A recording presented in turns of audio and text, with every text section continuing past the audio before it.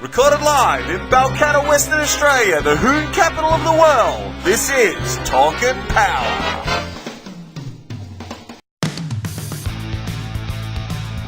Gap is what happens when you hold to the floor and crush the man next to you.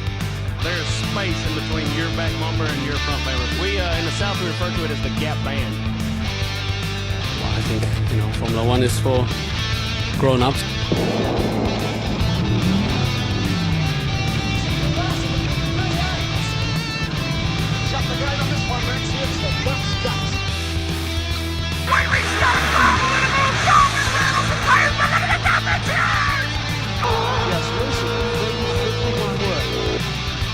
So, what about the sideways? You've got a race in your own lane. Now he's on the grass, he brings it back. That's a great driving there. Torque and Power, your motoring and motorsport podcast. Okay, it's episode 45 of the Talk and Power podcast. I am Nick DiCembria. I'm here with co-host Simon Gonzo Travellini. How are you, Simon? Oh, I'm better now. Yeah, I was pretty crook there for a while. You all recovered? Yeah, I think I'm on the road to recovery. Unfortunately, my son Nicholas and Nicole aren't, but No. nah, they're still pretty crook. Well, thanks for finding the time to come out tonight and do a recording. It's Mate, good. episode 45, it was a must. What an incredible 2 weeks of motorsport that we've had. It's been amazing. There's a lot been happening, but nothing makes me happier than what we're going to kick the show off with. Zara Board. You may remember. Yes. Zara, her sister Anita, tragically died at the Motorplex. It was about 12 months ago, to be honest, maybe a little bit longer. I can't recall exactly when, but she tragically died in a junior dragster at the Motorplex. Sister Zara won the South Coast Nationals, and what a testament. I think the final, she only won by 1,000th of a second, which is amazing. It's a real tribute to her sister. And great that the family has just forged forward with it. Yeah. And a bit sad, really, that the people that it affected the most, that the incident affected the most, are pushing on, yet the state government have still not reviewed it, and racing hasn't started again at the Motorplex. Correct. Yeah. But look, it's fine because they've replaced the junior dragster class with an equally fast class. Oh, I knew you were going to say this. Anyway, we'll talk about that later. But anyway, Zara is now second in the points, overall points, with 4 rounds into the season. It's really, to me, it's a bit crazy. I mean, like I said, that family, they were the people that were affected the most. Yeah. You know what I mean? Yeah. So it's really bizarre that the state government has imposed a ban and forcing all these people to go over east, which, if anything, I'd imagine it'd be more dangerous to going through all the travel and getting everything over to the other side of the country to race. But sure is, with some of the incidences that have been happening on the road of recent times. But anyway, look, big congratulations to Zara and the entire Board family. Hats off to them. And all the junior drags, the WA contingency that drive. I know Dougie Green has a lot to do with those guys as well. And WA Suspensions, I believe, is heavily involved in sponsoring them, helping them get over. Stewie looks after the trailer, and they've had a bit of a battle there to get everything right. But I think aside from looking for some brakes, just recently. Look, Stewie walked me through the mods that he did to the trailer, and it was unbelievable. Amazing. The suspension mods were crazy. Yeah. So hats off to our sponsor there at WA Suspension, Stu Bond, as well. Speaking of drag racing, 400 Thunder, we had a round in between podcasts. It was really good to see. I actually caught the OVO telecast live over the internet, and even in Balcatta, and laugh as you may, I'm still not on NBN in Balcatta. We have it in the street now, but I really need to get onto it. But so what, is there a terminal out in the street that people use? it's down there somewhere. It's not far from here. Anyway, we do have NBN, but I haven't used it. But even with my ADSL, it came through beautiful. It was a great... That terminal in the street, is it coin operated, or how does it work? Or do you all just line up? There's a little rat running in there that keeps it powered. on a little wheel. But look, the OVO coverage was absolutely great. Got on right in for finals, or just before finals actually, so I was able to watch all the finals. You know, Nick, out of that event, the standout for me, and great to see it happen, was Robert Ambrosi taking the win. He has pushed on for so many years now. Yeah, chipping away, massive improvements in the last few meetings with that car. Yep. Great to see him take out the pro alcohol. Unfortunately, it was on a solo. It was on a solo. Chris Hargrave, he's wasn't able to front. Had engine damage, so Chris was unable to front. But still, and to be fair to Robert as well, he had some pretty serious engine damage leading up to the event in testing, and was advised by certain people that are close to him probably not to participate and just let it go. And no, to his credit, forged on and ended up taking the win as a result. So it was really good to see Robert take the win there. Also great to see Kelvin Lyle. WA's Kelvin Lyle. Taking out Pro Slammer. Yeah. Incredible. Absolutely incredible. You know, the two guys that we are so used to seeing in the finals, Zap, first round. Yeah, and flat battery, unfortunately, for Zap. Sad story, but great to see Kelvin take it out. Yeah. Kelvin's invested heavily in the sport, and he's a great guy. Yeah. And, you know, bringing it home to WA, that's fantastic. Oh, it was magnificent. And what a final, too. He had the wheels up and had it loose and still managed an 80 as well out of it. So, well done to him. Zap might be teaching him how to drive. It looked that way. He had it up and quite loose and still managed to win. I mean, in fairness, Sam Fennick had dramas and was out of it, but he was right there probably to half track. And in fairness to Kelvin, he wouldn't have known that Sam was out of it. So, yeah, had the wheels up, and it was a great race. Really great to see. Top Fuel, Wayne Newby took the chocolates over Ashley Sanford, teammate, in the new Santos car. Great-looking car. We've also got another tourist. Well, he's actually from here. Coming over for the next round. I can't wait for that. Yeah. So Richie Crampton will be here for the New Year's. What do they call it? New Year's Thunder. New Year's Thunder. Coming up. That's the 5th of January. He'll be driving Phil's second car, Phil Lamartina, that is. So he'll be pairing up with Kelly Betts. Doesn't it worry you that they call these events Thunder? You know, are they bringing on the obvious here? Is it going to rain? Yeah, I know. That's true. It's a good point. Hey, I don't know if you caught the final of Pro Stock. Look, I can count to 7 fairly well. I've got to tell you, Nick wasn't 7. Chris Soldatis is a top bloke. Well-deserved win. Yeah, look, I'm not taking anything away, and he actually ran the PB for the event and the fastest time in the final. So it would have been tough beating his 7.0. But yeah, anyway, we'll leave that one. Yeah, look, the auto start system. You know, it is what it is. If Tremaine got timed out, he got timed out. He got timed out anyway. So you know, in all the years that we were racing, how many times did we have dodgy calls? You know, tail shafts come out and go across the track, and somehow the other car still gets a win. But anyway, at the end of the day, I don't want to take. It sounds like I'm taking something away from Chris, but to me, it didn't look like 7 seconds. But anyway, maybe it was my ADSL. Maybe it was. It was buffering in that time. Maybe it was the ovo. It was over before it ovoed. Listen, on the subject of Pro Stock, I had a Pro Stock racer contact me today. And he was filling me in on a few things that's going on.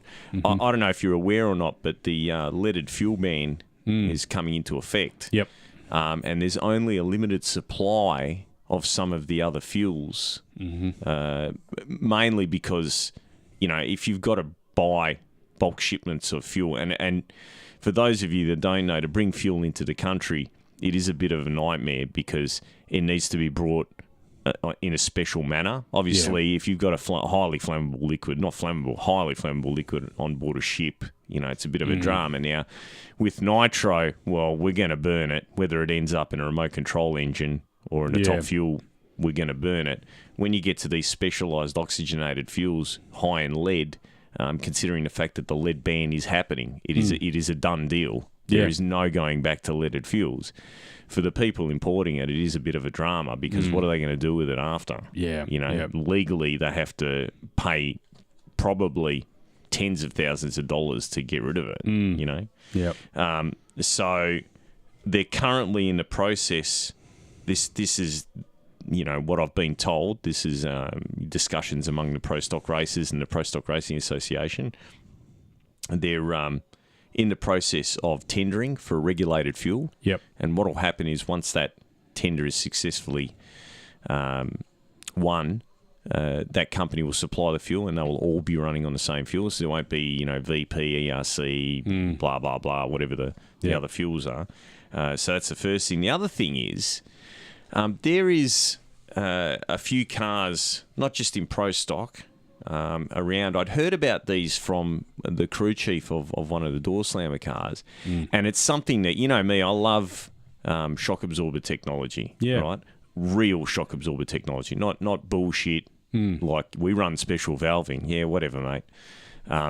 So there is a particular shock absorber. They're very expensive. I've been told they're $25,000 a pair, right? And you can get the struts set up the same way. And they are electronically adjustable four-way valving. So you've got high speed, low speed, and you can control it as it goes down the track. Yep. It's also got a stop-hold function, right? So what that does is you can tell the shock, I believe it's time-based, that at this time, I want you to hold the shock absorber and not let it move. What that allows you to do is make the suspension stop doing whatever it was doing so you can slow down or speed up the tyre to get the perfect speed, pinion speed, or it's really what we're looking at as the tyre, but we refer to it as pinion speed to make the car go down the track. Amazing technology. $25,000 a pair. Wow. The rumour is, which I don't think's that bad, for what they can do. If you put struts on the car as well, you're up $50,000. The rumour is that Pro Stock is looking at banning them. Yeah, okay. And now, this kind of, it's an interesting thing. We've got the sport going in two different directions here. We've got turbocharged EFI cars with traction control on the one hand, right, that we're all raving about, radial racing, etc., etc. And then on the other hand, we've got technology being suppressed. Yeah. It's an interesting thing. I think that we've got a bit of a battle going on right now, say with door slammer, where there's that much technology in these new 5-speed converter drive transmissions that the governing bodies couldn't really tell you if someone was doing something illegal. Yeah. Like you can modulate the torque converter pressure as you're going down the track. You can apply the lockup in different manners. You can partially apply it. You can fully apply it. You can slowly apply it. So it's interesting that Pro Stock would decide that, and this is the drivers voting on this, the people that have money invested, shareholders, for lack of a better word, deciding that, no, this is, we don't want this technology in the sport. Yeah. So very, very interesting. You look at door slammer on the other hand, which, Pro Stock has always been, you and I have always considered it to be the epitome of racing. Like everything's so efficient. They're trying to make everything work so well. Whereas door slammer was more like the sledgehammer. Yeah. Just throw horsepower at it and make it go. You've got door slammers running auto shift legally, torque converters that are doing weird stuff. Locking up, unlocking, up. All sorts of crazy stuff going on there. And a lot of controversy surrounding that. But they're legislating it, right? So the drivers actually voted against the auto shift twice. Yep. But Thunder decided to introduce it anyway, right? So they're legislating more technology into the door slammers, which are basically the sledgehammer classes. Yeah. Yet the Pro Stock guys are taking the opposite approach. So, what's next for Pro Stock? Pattern shifters? I don't know. No, I'm not taking a piss. I'm just... No, actually, I am taking a piss. You are. A little bit. Top bike as well, Gavin Spann, who won over Adam Layton. Good showing from Jay Upton. I think he struggled in the warm up there, but it's funny weather. It's funny weather. He's blowing that tyre off pretty hard. Yeah. Well, it's not funny weather for Sydney, but it was, I guess, for that weekend anyway. Anyway, still a good event, good crowd attendance, I believe. Yeah, it was. It looked really well patronised by the crowd. Yeah, that's it great. It looked like a lot of people had turned up for the event. It's great to see that drag racing is starting to come back into flavour, you know. Yeah, it certainly did. It certainly did. So moving on, Formula One. Formula One, we Brazil. had the infamous situation happening with Josh Verstappen. The punch on. No, that's his father. We'll talk about him in a minute, actually, Josh. But Max and Esteban Ocon. But before we get to that, Lewis Hamilton won the event. Verstappen came second, Raikkonen third, Ricciardo fourth. Those 4 cars had a 5-second split over them at the end of the race, so they were really tight. Valtteri Bottas, 23 seconds behind them. Talk about Valtteri in a second. I don't want to dwell on him too long. The win for Lewis basically secured Mercedes' 5th championship in a row. So amazing effort for those guys. Toto Wolff has got the guys humming along quite well, the team. He's a shareholder in the team as well, so he's got a vested interest in seeing them perform well. So just the interesting situation that happened. In saying that, the Red Bull team, like those cars are flying. They're really starting to find their groove. This is the thing. It's all good and well to talk about Mercedes and Lewis Hamilton, but let's not forget where Ricciardo started on the grid. Yeah, he started from 9th and worked his way. Well, he's leading at one stage, actually. So, but yeah, the Red Bulls have really come on in the last couple of weeks. Ferrari seem to have petered off, which is disappointing. They did clock the fastest pit stop of the year, actually, a 1.97 second pit stop, which was amazing to see them do that, sub 2 seconds. I caught an interview with Michael Andretti. Obviously he's the owner of the Walkinshaw team now. Walkinshaw team, yeah. Walkinshaw Andretti. And they showed some footage of IndyCar. Yep. And they had a digital display on the side of the car so that while you're involved in the pit stop, you can see the time ticking away. I thought that was a really cool idea. Yeah. There's been a lot of progress made in pit stop technology. Even supercars now have beepers and buzzers, like the car when it's pulled in, that you can line up your wheel nuts correctly and whatnot. Yep. So there's been a lot of advances in technology in pit stop, and it's involving the pit crew as well, and giving them some sort of responsibility as well as part of the team. So yeah, Ferrari's efforts were great in the pit stop. They weren't so crash shot on the track. Raikkonen got a reasonable third. But yeah, the incident that we're all talking about is Verstappen and Ocon. So really interesting. Ocon came out with a green set of tyres and was right behind Verstappen. And look, in retrospect, probably Verstappen should have let him go through, let him pass. There's nothing wrong with Ocon was a lap down, but the rules state that, you know, if you're a lap down, you can unlap yourself. Verstappen, being Max as he is, took exception and started fighting Ocon. In the end, they ended up crashing. Whose fault it was? A lot of people saying it's Ocon's. I see it was 50-50.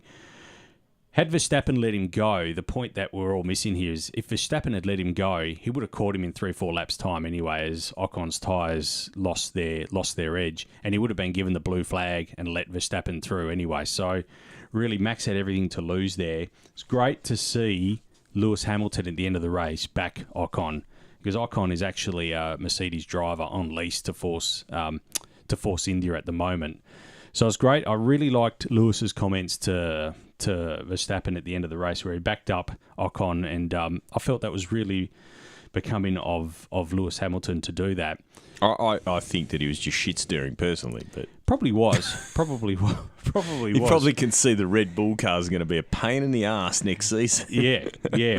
You know what was interesting? A lot of people don't know. 2001, Josh Verstappen, Max's father, took out he was in a back marker, took out race leader Juan Pablo Montoya. Oh, really? Same race. Wow. Same race in Brazil in 2001, so 17 years earlier. Chip off the old block. Yeah.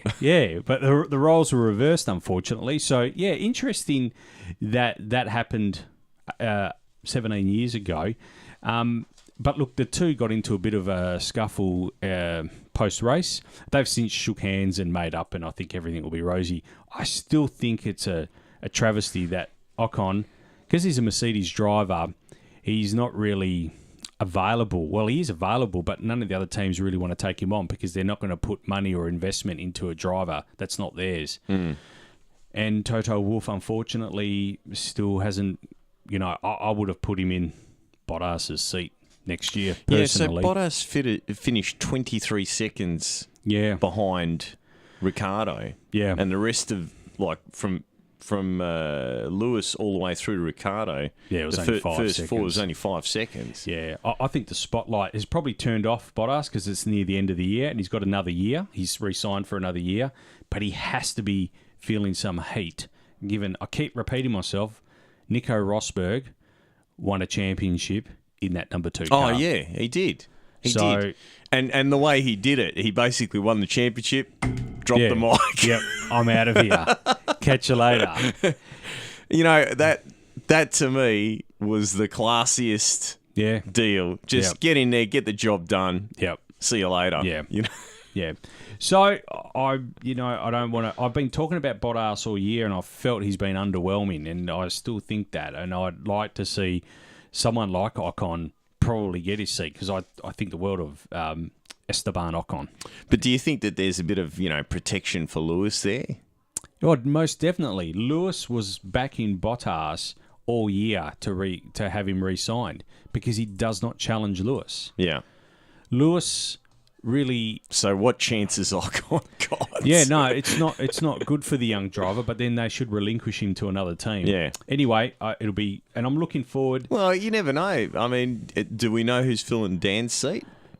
Yeah, Daniel Ricciardo's been filled by Pierre Gasly. Oh, so Pierre rightio. Gasly has been elevated from the Toro Rosso up to Daniel's seat.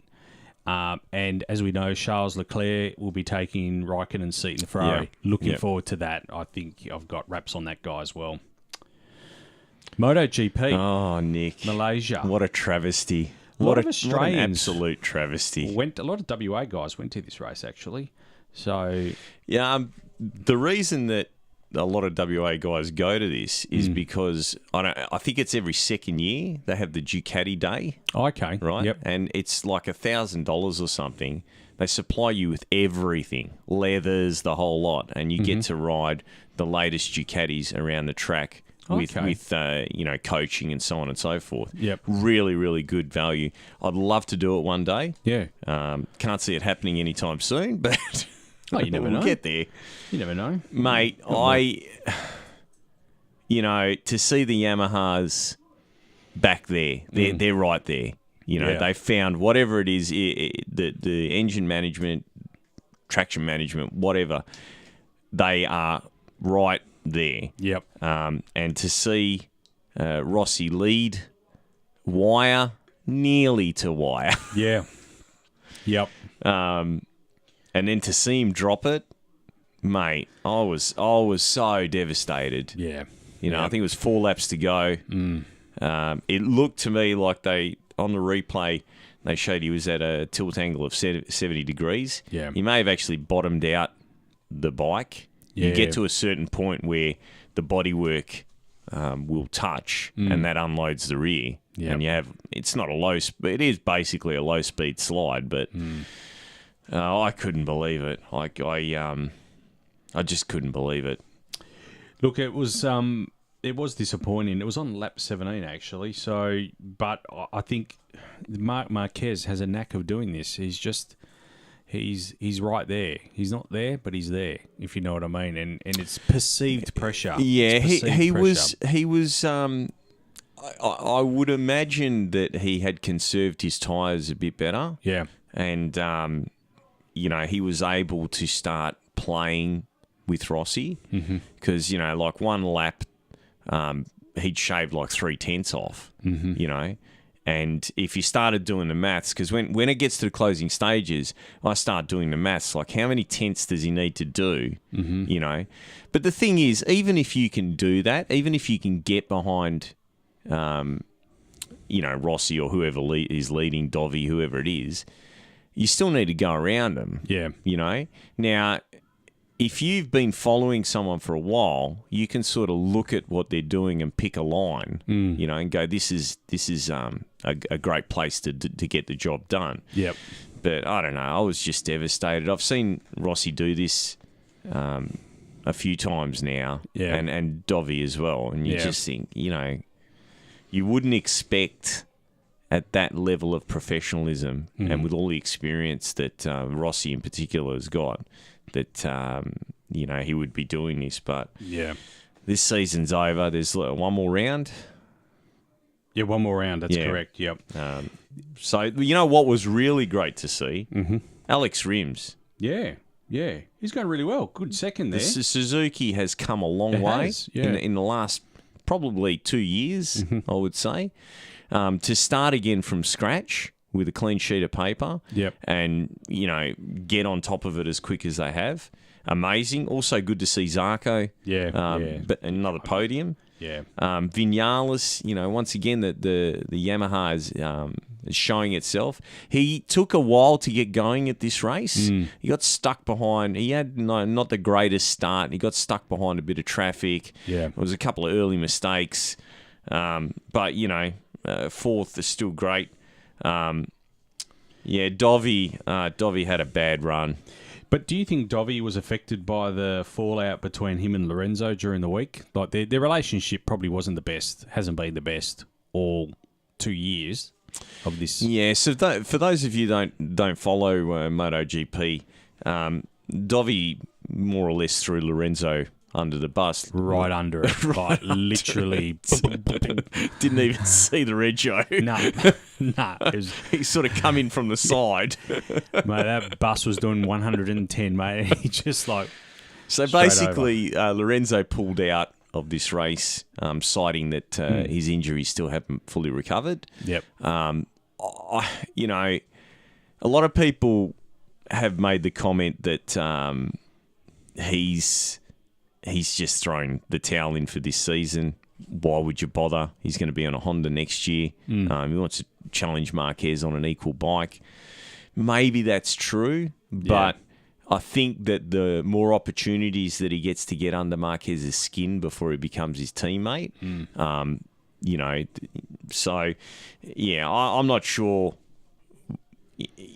but what happened was that there was a comment made by Dovey stating that it was a strange situation and not really, he didn't really offer any support for Lorenzo. That's just, he left it as a strange situation that he wasn't competing in Sepang.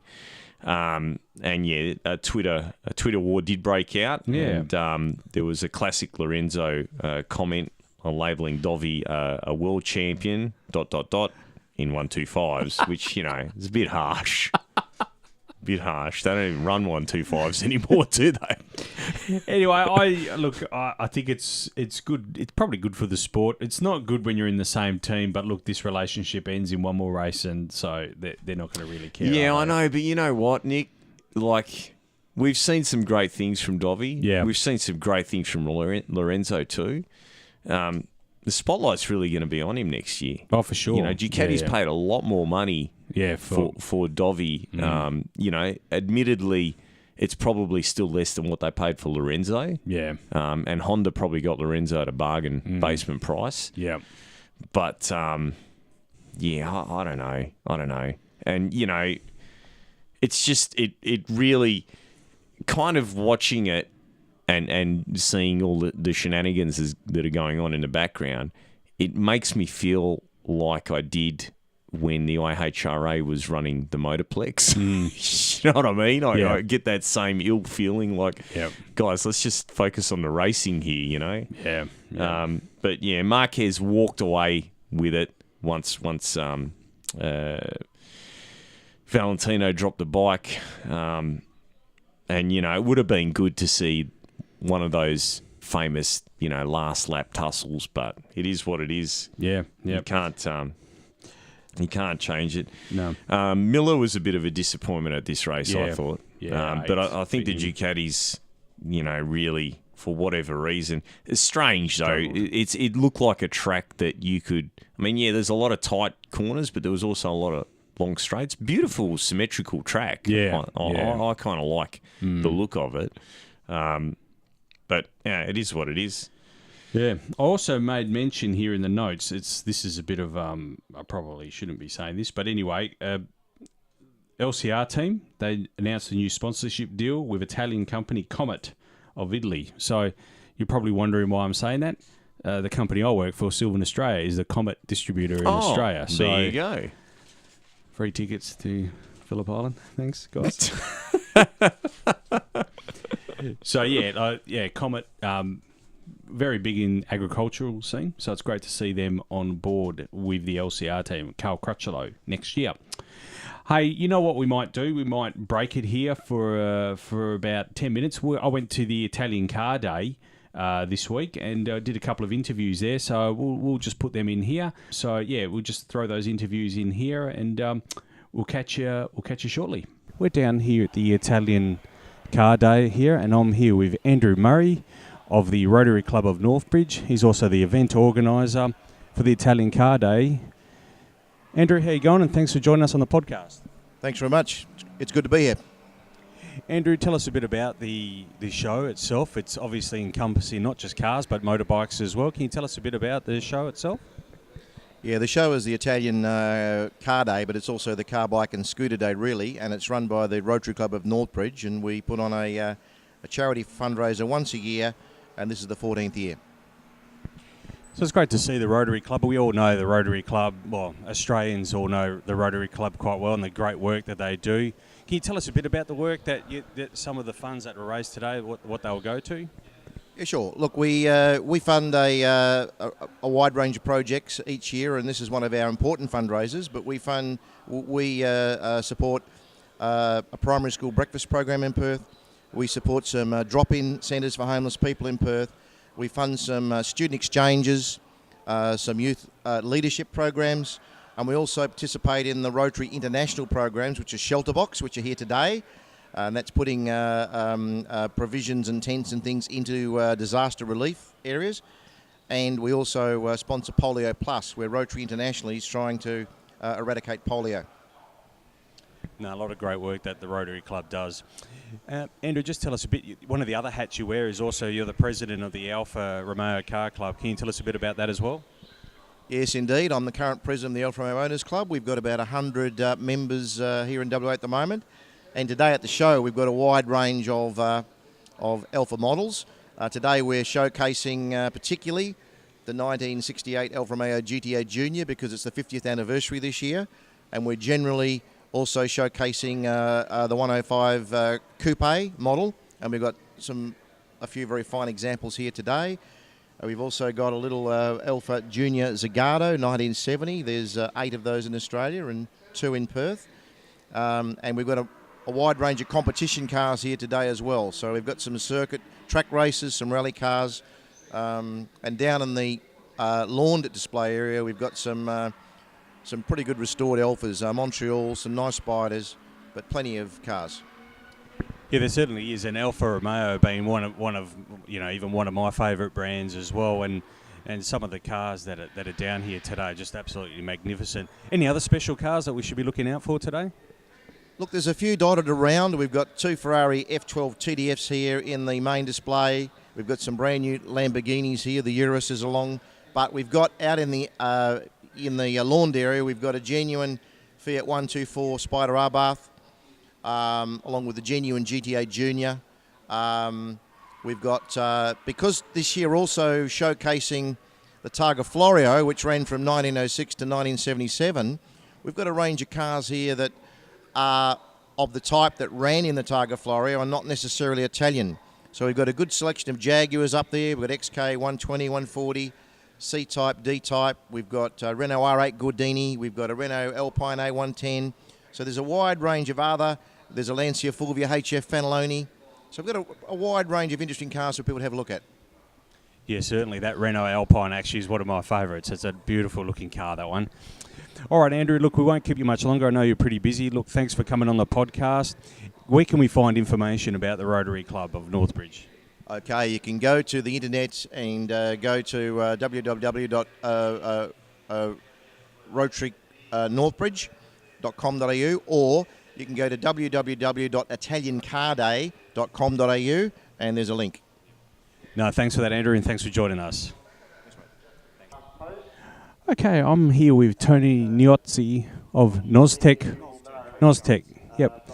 Thanks for joining us, Tony. Tell us a little bit about your amazing looking Fiat here.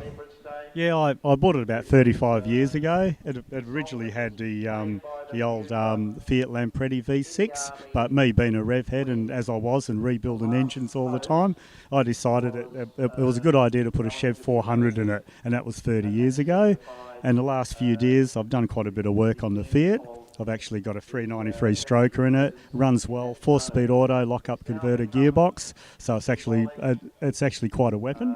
So it's not too bad, and it's really fun to drive. It's an absolutely magnificent looking car, to be honest. And now tell us a little bit more. You've got Ferrari rims and a brake package on this car as well. Yeah, buddy. I've updated with all the Ferrari 360 Moderna brakes. They're all four-pot caliper Brembos, and I've got the 18-inch Ferrari style Moderna rims on it. And, I've got extra stabiliser bars, all the work, so it actually looks the part as well, and it stops. So there you go. If you're actually watching the video version of the podcast, you'll be able to see some video footage. It sounds absolutely magnificent. So, yeah, as you said, 400 Chev in there now, but you've kept all the original running gear of the car, haven't you? Yeah, everything's original apart from the brakes, the engine and gearbox. Everything's original, and it really runs nice. It's got the nice stainless 3-inch exhaust, so it just makes it a little bit of fun to drive. And actually feel good. It really gets your testosterone levels rising. Just before we finish up, Tony, just quickly tell us a bit about your business as well. We were chatting off air before about the sort of things that you've done with crankshafts. Can you tell us a bit about that? Yeah, my main business is reconditioning crankshafts. I've got about 500 of them on the shelf.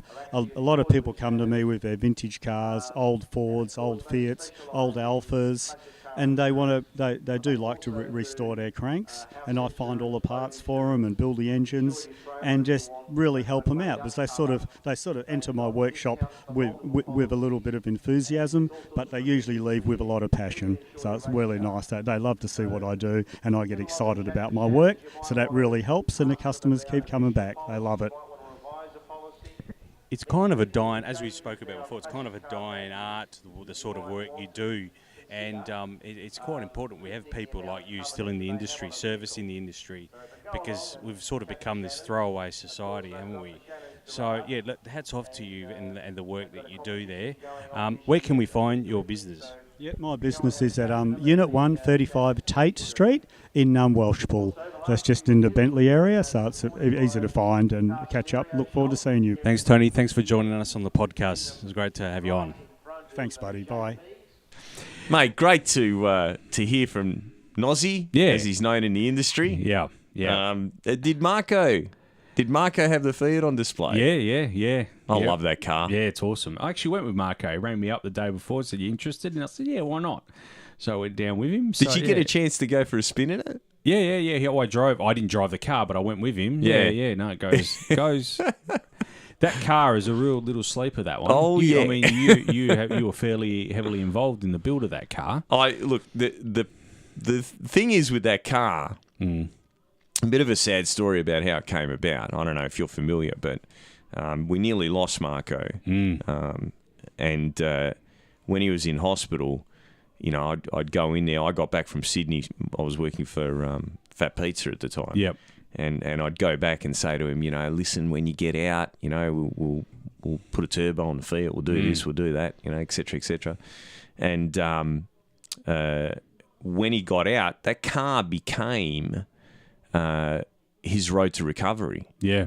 Because I was really cruel to him, and I kind of feel bad about it. But to me, I felt as though that this would help him. Yeah. So he, because he'd lost movement of one arm and one hand completely through nerve damage. He told me that one day you rang him up and you sent him to Bunbury to get the gearbox, the Fiat Trimatic. I might have done. I don't know. Said, hey, He rang him up, and these were his words. If you really want that Trimatic, there's one in Bunbury. Go get it. And I think he was shopping with his wife. And that was pretty cruel, I got to admit. But anyway, the thing is that he was amassing parts. Yeah. And the turbo that we got for it, this was a long time ago because he had a lot more, like he had better parts for it, and he had to sell a lot of them because he was, sick. It's just like the family came first and the Fiat came second. So, so the turbo that he had was tiny, like in terms of, like Garrett's. It's like a, I don't know, GT18 or something. Yeah. It's the smallest little turbo. And, you know what I'm like. I try and look at the combo and go, oh, well, let's do this and let's do that. So all the other people involved in, with the camshaft and porting the cylinder heads and ultimately, designing pistons for it, because we had some Arias pistons made for it. Ultimately, Adrian, who was his neighbour at the time, that was Blueprint Mechanical, he screwed the motor that's in it now together. And basically, we all did such a good job with the engine design, intake manifold, and so on, that the turbo became the restrictive part, Yeah. So I'm hoping to, when I get a bit of a break, make a new exhaust manifold for it and put a bigger turbo on it, and watch this space because, I think that car. It's already surprised a lot of people. Oh, yeah. But I think it's going to shock people. Yeah. No, it goes. It's a real deal.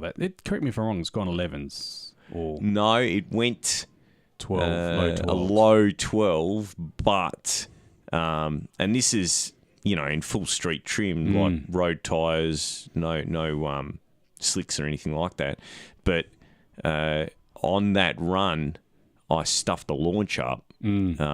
So, when you look at the 60-foot times and everything, even with that tiny turbo that's on it, it would have run 11s. When you look at the overall picture of where it's making its power and how the power's, how it's reacting, if you put a GDX30 on that car, the car guaranteed would be a mid to low 10-second car. Yeah. The turbo's choking it, and part of the exhaust system, when we were putting it together, I built the exhaust system up to the diff, but there was another exhaust shop an exhaust shop, because I'm not an exhaust shop. There was an exhaust shop involved in it, and they decided to do some really dumb shit. Yeah, yep. But it's still, you look under the bonnet, it looks dead standard. Yeah. You would never pick in a million years that thing had been modified. All the heat shielding and everything looks factory, the intake manifold, it all looks just like it came out that way. So, cool car and different. Yeah. You know what I mean? Not another Commodore or something completely left of field, and all Fiat. Yeah. That's the other fantastic thing about it. You can get a car and put a foreign engine, transmission, differential into it and make it go fast. But to get something that's Fiat, and not just Fiat, correct to that, model. Yeah, like 124 Spider. Yep, but still the 8-valve. Like we didn't, go to the 16-valve. Still the 8-valve, still a 2-litre. For those of you that don't know, the Fiat's, the automatics were a Trimatic. So I didn't know that. Yeah. That's how they actually used them in the Fiat first. Yeah. That was the first use of them. The Opals and that got them, after the Fiats. Yeah, I didn't know that. Yeah. Yeah. Yeah, it's a 124 Spider. If you're not watching the video version and listening to us, it's a 124 Spider. Go to our website. There's some pictures of it there.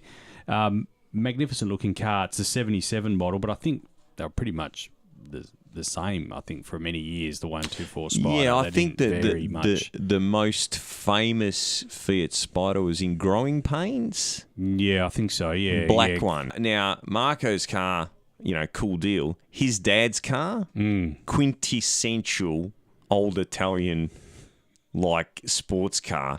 It's black. It's got the cream leather.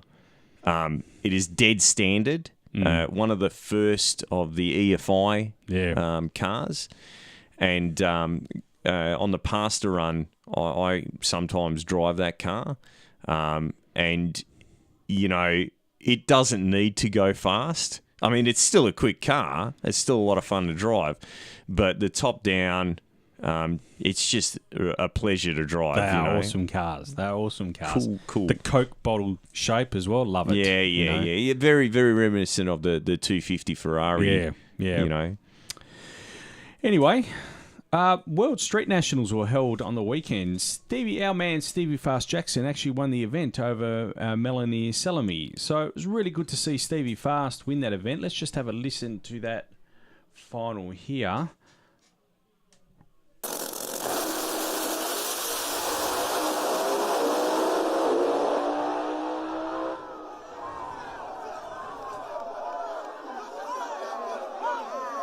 Did you count 3 gear shifts there? No, I didn't. Didn't you? No. Look, he's running a 64 there, so that's 364. That's a 364 over the 8th at 210 mile an hour. That is correct. Now, that was still NHRA Pro Mod legal? Yeah, I believe so, yeah. So 1471. Yeah. Unbelievable. And now, for those of you that don't know, Melanie Salimi, her dad was heavily involved and probably still is in Daniel Gregorini's car. Yeah, okay. Yep. No, I didn't know that either. Yeah. There you go. Yeah, I believe that they organised the car for Daniel originally. Yep. Yeah, okay. That's a G-Force car, Daniel's, yeah? I believe so, yeah. Yep. The next event over there is actually one and that was a track record too, Nick. Sorry to cut you off. Yeah, it was. New track record yes. by Stevie Fast. Yep. Great to see him back in the winner's circle. Yeah, it is. And doing some, damage. Some grudge racing. Yeah. Some what we're used to seeing him do. No, that's right. Next event over there is actually a Sport Compact Final, which you may have remembered when we interviewed Kelly Betts. She mentioned to us.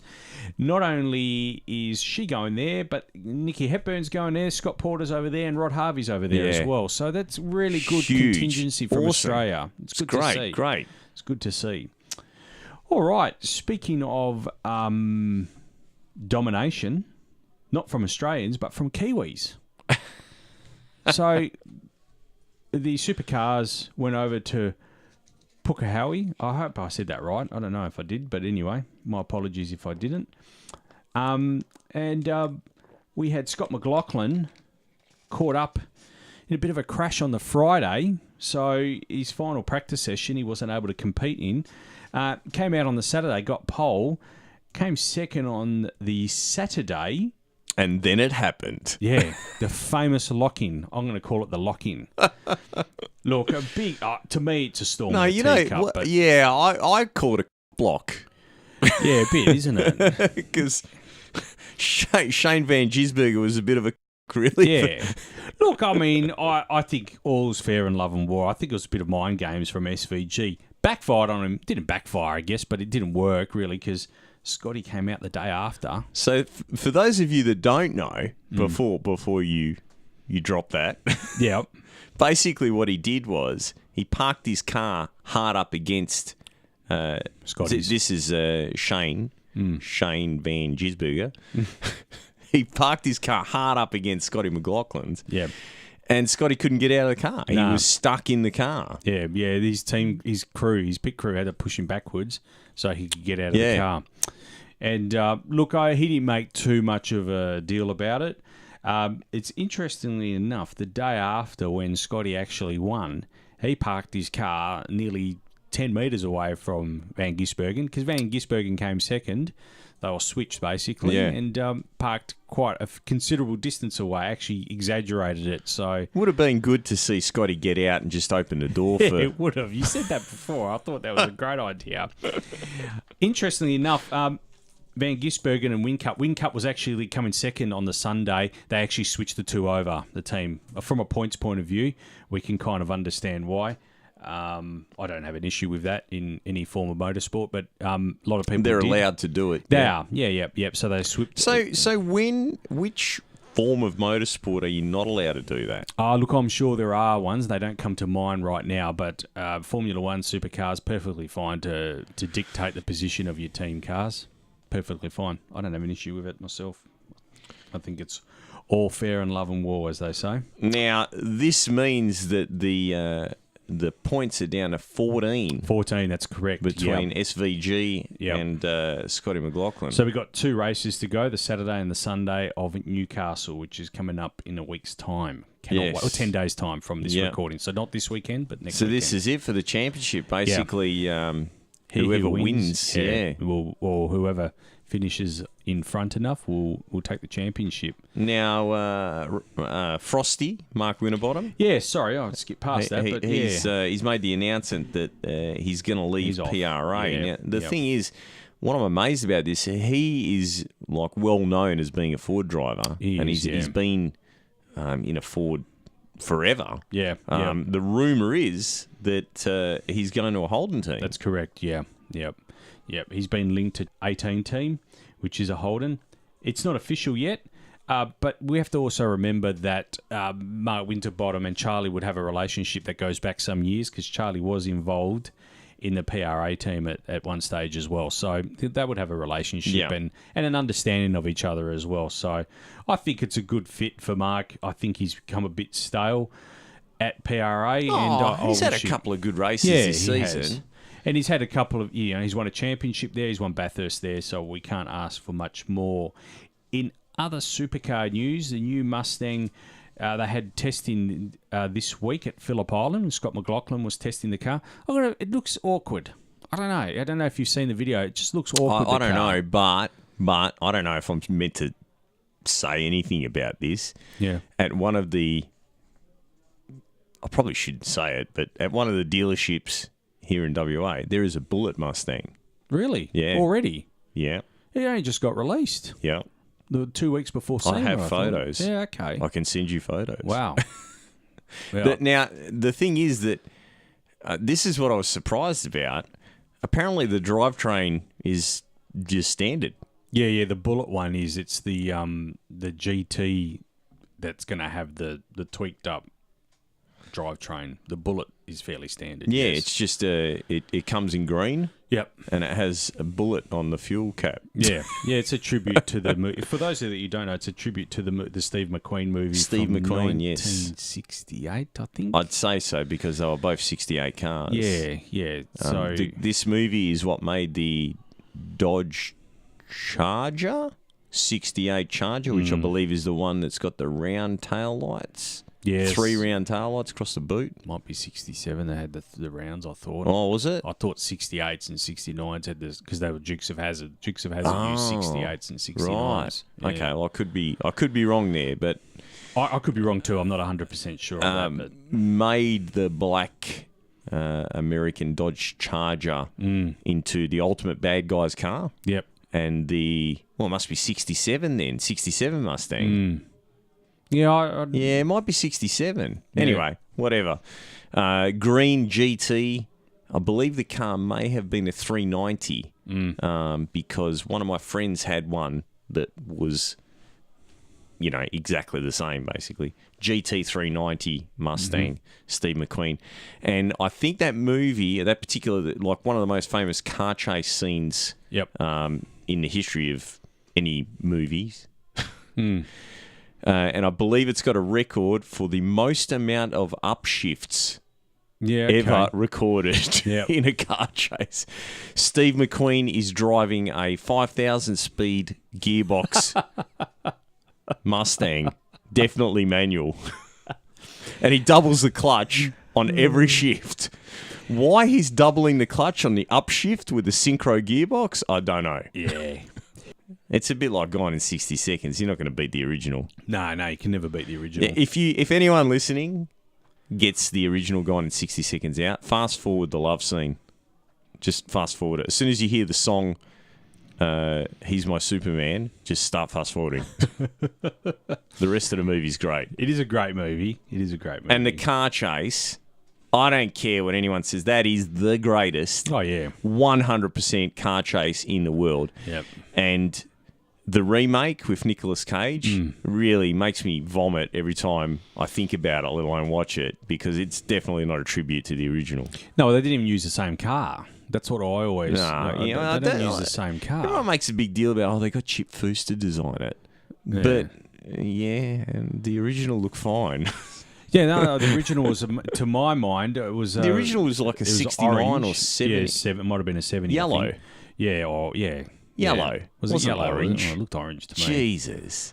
They had heaps better cars in that too. They had that Manta. Yeah. The Manta Montage, that. I think. Yeah.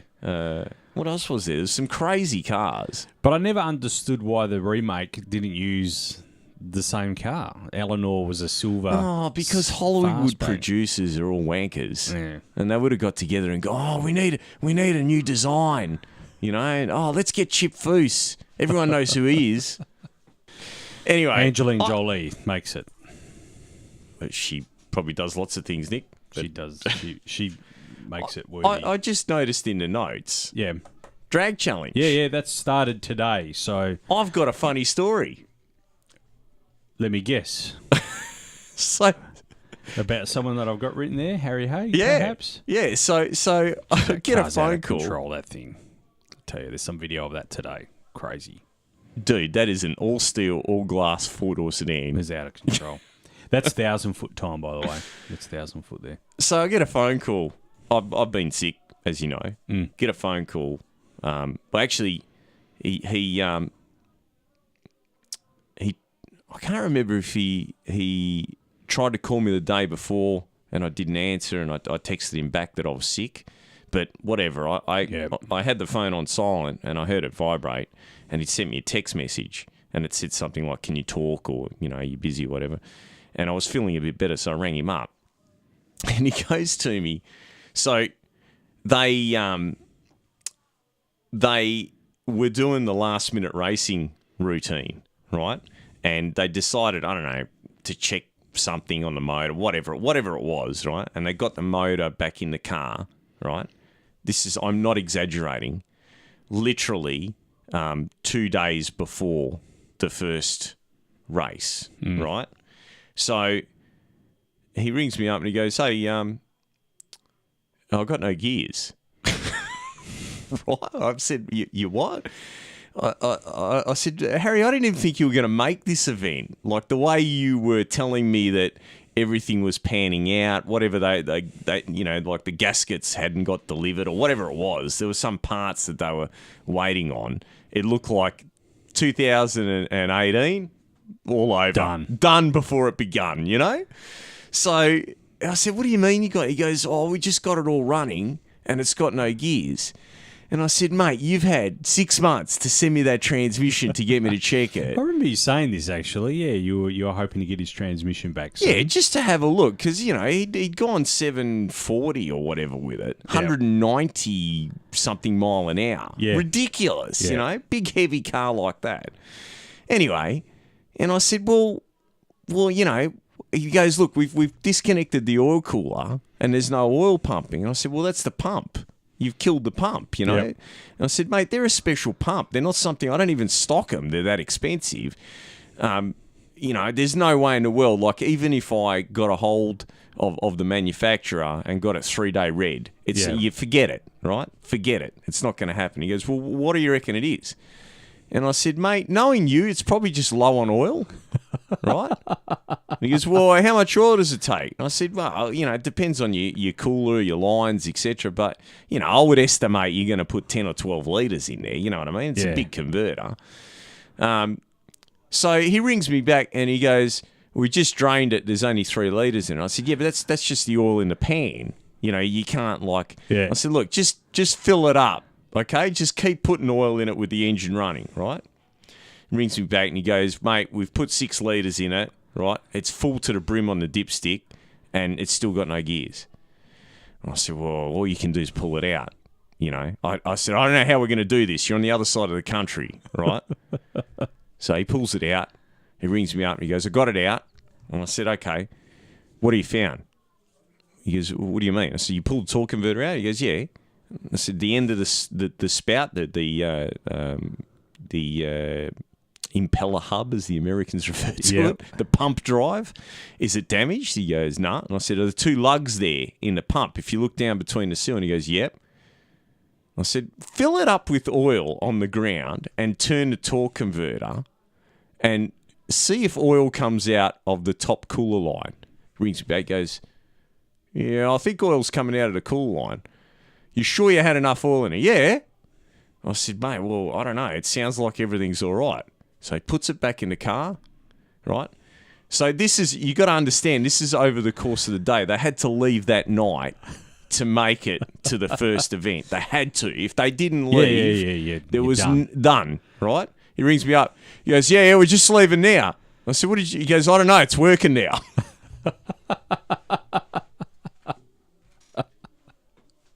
I don't know. I don't know what to say. Like, if that guy wins this year, right, it's going to be because God, Jesus, the Holy Spirit, someone came down and touched him.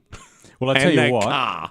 he's sitting in number 1's position at the moment. It's only day 1, so it's still early days. I can't even believe that they made it there, let alone they ran the car and got to number 1. You should have seen it today, but it was like, I mean, that 49, the 649 is not 1320 feet. It's 1,000 feet.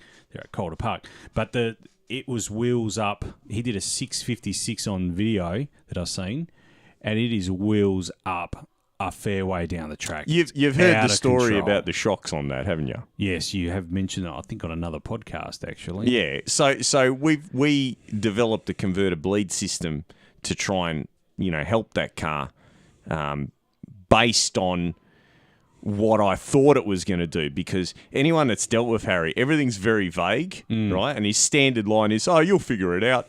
You'll figure it out, Gons. You'll figure it out, right? So we developed all of this, but he didn't get it in time to fit it, right? So he's gone out and tested, and he went 750 that day. And, I was pretty happy because that was a big improvement on what the car had done. And he rang me up and he goes, I can't stop it from wheel standing. And I said, well, just tighten the front shocks up. He goes, what do you mean tighten the front shocks up? I said, adjust the front shocks so they're harder on the bump. Yep. He goes, what do you mean adjust the front? I said, what front shocks? He goes, I've got the standard HQ ones. You're trying to tell me that you got a car that's going 190 mile an hour and it's got standard HQ, probably the original 1971 shocks, right? He goes, what's your problem? I said, well, look, you can try this. I've never actually done it, but I've heard that it can be done. If you drill a hole in the shock and drain the oil and put thicker oil in it, the car, it'll slow the shock down and it should help the wheel standing. And that's what they did. They drilled a hole in the shock, drained the oil, and then plugged the hole. And, he ran 740, as everyone knows. Yeah. So, look, Harry, I'm sure that you're going to listen to this at some stage or another. Regardless of what happens, I'm just amazed that you actually made it. I'll tell you something about Harry. He's having more fun than having an orgy with Margot Robbie and her friends. Those are his words, not mine. So Frank Marchese. Yeah, number 2. Number 2. XW. Yep, the 656. Now, this is the white one? The white one. And Adam... In his VK, the blue VK, Adam Rogash. Old Courtney? Yes. Yeah. Because he loves this car because it uses... Apparently, I've never actually looked, but... mainly because it's LS powered, but apparently uses standard exhaust manifolds flipped around the other way. Okay, I didn't I don't know. That. This is what Macca's telling me, right? Because Macca's into turbos now. Anyone that knows who Macca is, Courtney McGrath, he is a urban legend of drag racing in WA. Yep. He has broken the hearts of many, many fast car owners over the years. Yes, and he, had a standard line, stop something around and put a Chev in it, or what was the other one? if you want to rev it, chev it, or something along those lines.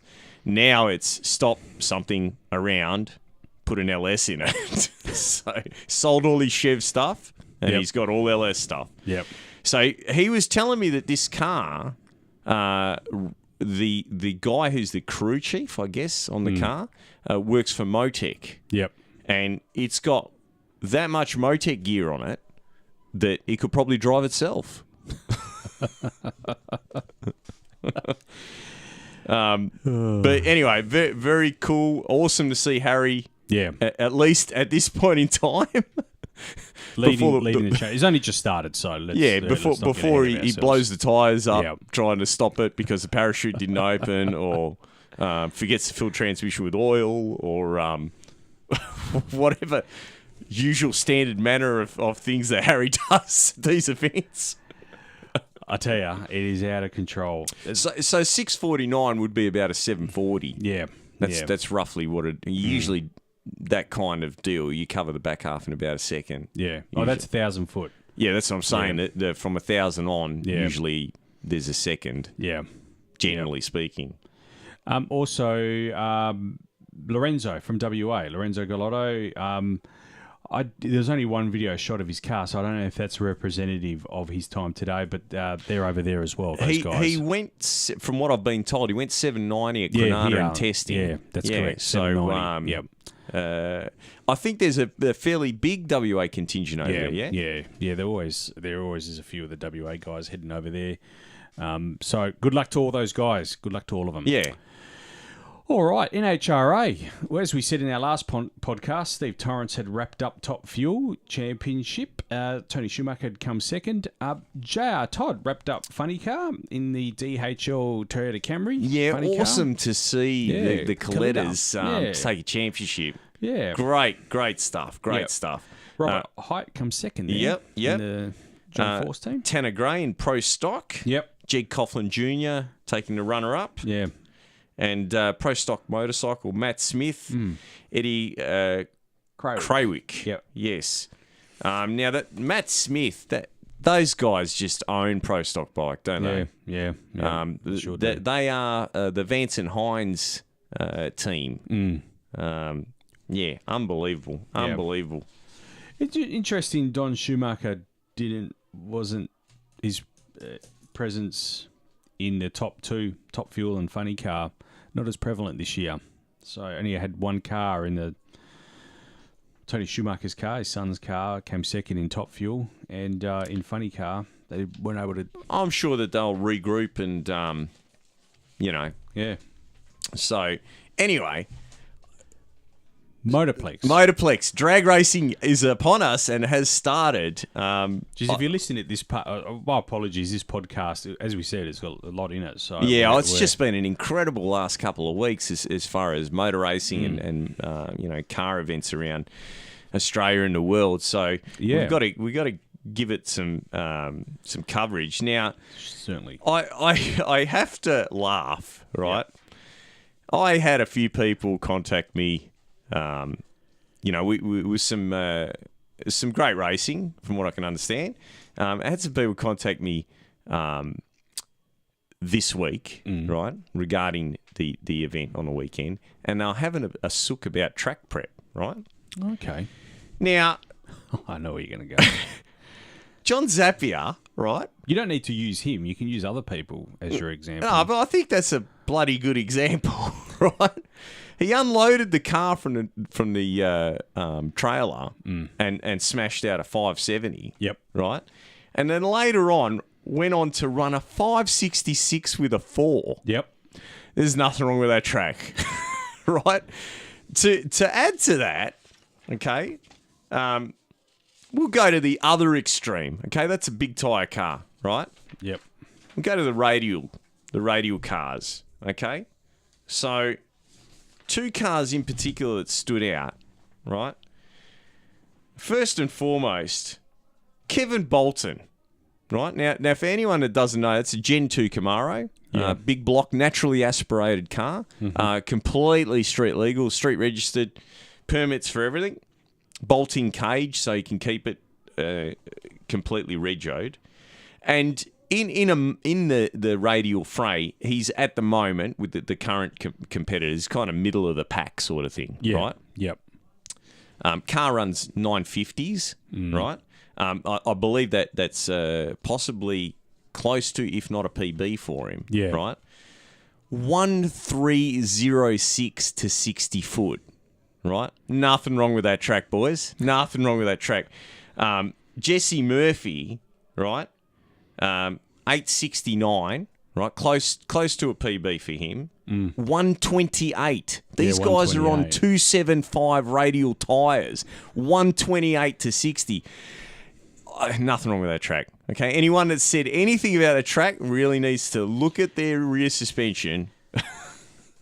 I think even taking rear suspension in or out of it, whatever way you want to look at it, even if you ask Sam Treasure, he'd probably say there was nothing wrong with the track. Sam Treasure, how awesome. Those guys come out and smash out a PB. Yeah. Unbelievable. 607. That was in the final too. Mate, nothing wrong with that track. Nothing wrong with that track. So, yeah, anyone that's whinging about the track, especially when I get Super Street guys ringing up and telling me, it's like, really? You don't mention any names. Don't. Wait. Look at your rear end, boys. Nothing wrong with the track. Check your tyres. Maybe you need new tyres. So, and yeah, I mean, to all the crew down there at the Motorplex, they did a fantastic job. Ray Treasure, everyone there, prepping that track, keeping the action going. Spectators that I spoke to had a great time. The only thing that I did get asked was that if there ever was an oil down that needed to be cleaned up, they could send the radial cars out, because apparently some of those cars take that long to spool up that you could clean the track and re-prep it. Oh, God.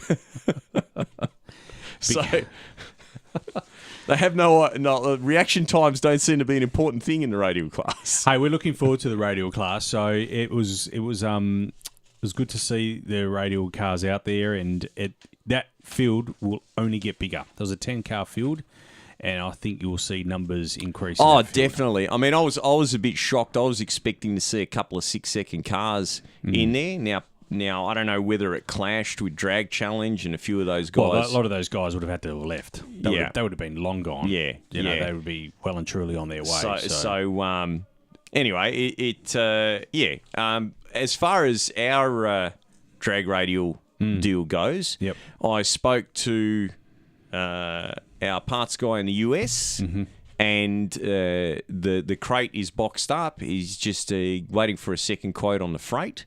So hopefully those parts will be leaving shortly, and we can finish setting the suspension up, because right now I'm guessing at what the ride height's going to be. So once the tyres and wheels get here, we will carry on with it, and hopefully. I mean, I don't want to put a time, because every time I do that, every time I say we're going to be ready by this meeting, we never are. So car's teched. It is teched, I need to send the forms in to Andra to get a new logbook. But I'm hoping January. January. So we'll see how we go. On the Camry front, the cylinder heads, hopefully, fingers crossed, they're going to be done sometime soon. So, keep your ears and eyes open for that one. And I finally got off my ass and got a battery for my motorbike. So hopefully I'll get down on a Wednesday. Yeah. Anyway, is that it for the show, Nick? That is it. Yeah, we have blown this one. This is a good hour and a half, this one. So, and if you're still listening, I've got to go past the chemist to get something for more. Sorry. All right. On that note, we are. Big news! I should have said at the start of the podcast. I thought that we had some announcements at the start of the podcast. We are on Spotify. It's only taken us 45 episodes. But we are on 90 Spotify. Weeks. 90 weeks.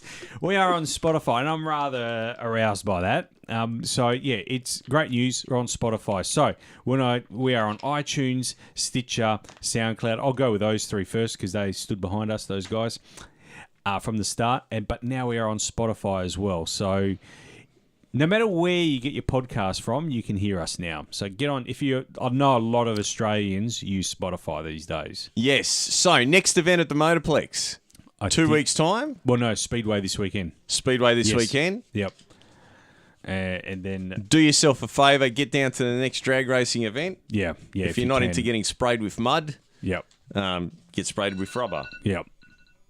This is my timer telling me that I need to all right get and my on that wife. note, thanks for coming in, Simon. Really appreciate it. Thanks for having me, Nick. No worries. And we need to get started on the Camry and the door slammer and all those things. Yeah, like as soon as those bits get in, and I want to talk to you about a couple other things too. All right. So here we go. All right. Thanks everyone. We'll see you soon. All right. See ya. See ya.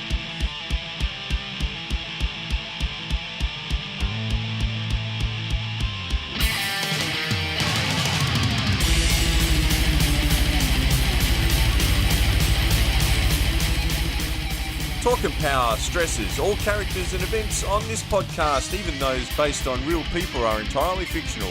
All celebrity voices are impersonated poorly. We do not encourage street racing or the use of turbochargers.